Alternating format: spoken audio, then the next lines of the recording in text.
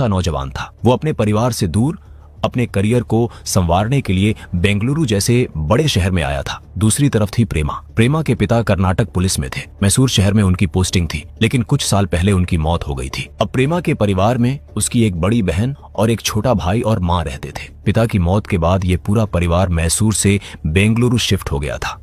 प्रेमा का बेंगलुरु में ही फिर पढ़ाई लिखाई और परवरिश होती है। कुछ समय के बाद बड़ी बहन की शादी हो जाती है। उसका छोटे भाई वो अपना नौकरी कर रहा होता है। वही अपनी पढ़ाई पूरी करने के बाद प्रेमा अब बेंगलुरु में ही वोडाफोन की एक ब्रांच में नौकरी करने लगती है।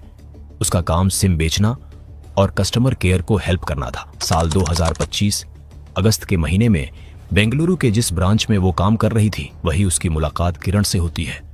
दोनों सेम सर्विस सेंटर पर काम कर रहे थे। ऐसे में उनकी धीरे धीरे दोस्ती होने लगती है। एक दिन जब ऑफिस के बाद दोनों घर जा रहे थे, तब किरण प्रेमा से कहता है कि तुम चाहो तो मैं तुम्हें घर ड्रॉप कर दूं।